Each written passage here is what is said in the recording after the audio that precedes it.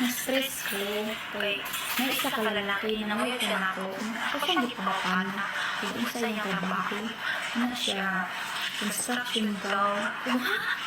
Construction lang? Wa ka naglantaw. Ka naghuna-huna. Kanang dagwayan eh. Padulong pag construction. Uy, mga construction, aminaw. Kabalong mo. Mga akong ginapili. Like ka ng pulis, siman, tapos gwapo, tapos macho, puti, tangkad, natanan. Masarap man ang construction po. Uy, nautoy mo ra. Uy, di yun ako deserve. Busa, kamong mga construction, ayaw pagtuga-tuga ng uyang na ako. Kaya ako, dahil ang gipangita, kanang level. Hi guys. Guys, napo ko chika guys.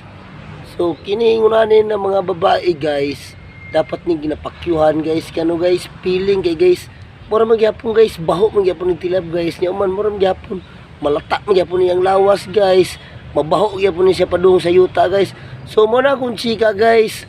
Kung kamo guys, kung ganahan mo ingunanin mga uyab guys, bulagin na niyo daan guys. Ngano guys, ginahamak lang mga construction worker guys.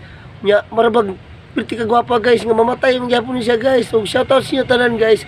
Mura to akong chika sa inyo guys. Salamat guys. God bless guys. Mariwana ta guys.